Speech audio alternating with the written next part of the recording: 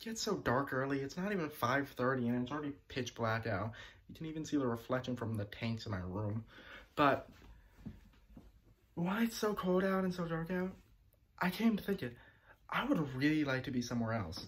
Now, with the current thing that's going on, I can't really, but I'm going to tell you guys about my top 5 dream locations to herp outside of the continental United States of America. Alright, so while it's still pitch black outside, I'm sitting in my chair and I'm ready for this video. So let's start with number 5, Costa Rica. Pura vida. Costa Rica I've actually been to, but I haven't really been herping there. I've seen a few reptiles, I've caught a few amphibians and a few reptiles, which I'll show some rolling clips right over here. But I've never really gone into a forest to go herping. And now Costa Rica has some amazing species. They have the green iguanas, they have the black spiny-tailed iguanas, they have amoebias, they have dark frogs, which are really cool, and I would really want to find a wild dark frog. They have a bunch of toad species, cane toads, all that. They have a bunch of smaller gecko species, which are really awesome to find. But they also just look amazing. The look of Costa Rica is stunning. Those tropical rainforests, all those waterfalls, and all the reptiles and amphibians running around. When I went there, I saw so many cool animals that I was just taken aback. I've never seen so many reptiles and amphibians in one place. Up around here in New Jersey, I can't go outside and see a gecko crawling up a wall in a town. No way. But in Costa Rica, I saw a few geckos in my room. So Costa Rica is my number 5 dream herping location, but it's not number 5 because I don't love it.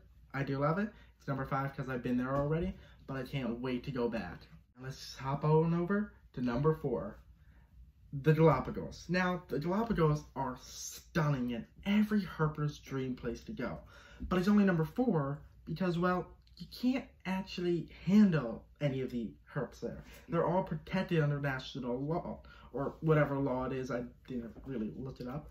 But you legally really aren't allowed to handle any of the wildlife to help prevent contamination, and you especially aren't allowed to take any wildlife from the Galapagos back home with you. But the Galapagos has amazing herpetology. Those ginormous Galapagos tortoises, which are just stunning, and the marine iguanas. What's not cooler than a marine iguana? These lizards are semi-aquatic, or pretty aquatic actually. They live on rocks right on the coast, and then they go swimming and eat algae in the salt water. That's their main diet. And they shoot little salt rockets out of their nose when they're basking in the sun. But then their cousins, the land iguanas, are also really cool. So, and they also do have a few species of snakes on the Galapagos, which are also another amazing thing. And the runs from the marine iguanas to from their sand where they're laid to the rocks, and the snakes chasing them, is a stunning thing that I saw on, I think, BBC Earth. But yeah, I really want to go herping down in the Galapagos. Now let's hop on over to number 3. Another island. So number 3, this is the big one, Madagascar. Madagascar is just amazing. They have animals that you never find anywhere else. They have all those awesome chameleons, they have the tomato frogs, they have all the day geckos, and it's just a stunning place to go. But Madagascar doesn't only have awesome herps, they also have awesome other wildlife. They have lemurs, which are really cool. They have all those awesome birds and other animals, and I would just really love to go to Madagascar. And I would love to go herping even more in Madagascar, because as I said, all those chameleons are awesome to me. And imagine finding a big one in the wild, that would just be insane. And then also seeing all those day geckos, that would be really cool, and all those other species of geckos that live in Madagascar, and other species of lizards and frogs, and mantanellas, which are kind of like the dark frogs of Madagascar. Those guys would just be amazing to see. So my 3rd was Madagascar. Now let's hop on to number 2. Alright, so now let's get to number 2. Now the number 2 isn't really a location, rather than something really amazing. The Amazon River and the Amazon rainforest. I would love to go down the Amazon and see all that. All the dark frog species, the tegus, the green iguanas, the caimans, the anacondas. Anacondas are just being awesome thing to catch. That the heaviest snake in the world, going down to Amazon and finding that, or finding one of the anacondas. I don't know if I'd want to find the heaviest snake in the world. That might be a little scary, but still flipping awesome. But that would just be amazing. And all those caimans and all the fish species they have as well. Their fish are crazy. They have the piranhas, they have those giant red-tailed catfish, they have the arapimas, just amazing fish species. But the herp species are even cooler. Those giant caiman, well, not giant. Caiman are actually alligators' smaller cousins. But the caiman, the anacondas, the green iguanas, the tegus, and the dark frogs, and every other lizard and snake found in the Amazon. They just have one of the largest biodiversity of animals in the world. So imagine going down the Amazon and going herping there. That just would be a dream come true. But there is one location that tops all of those. So now you may say, what's going to top all those other four? The Amazon, Costa Rica, Madagascar, Galapagos. What could top those? Well, there's one place that could top all of those, and that is Australia, the land down under. You like my little accent there? Probably terrible. But anyhow, Australia is just amazing to me. They have the coolest reptiles, and they have reptiles that people around here have, like my bearded dragon. I can just find a wild bearded dragon down in Australia, and that would just be crazy awesome to me.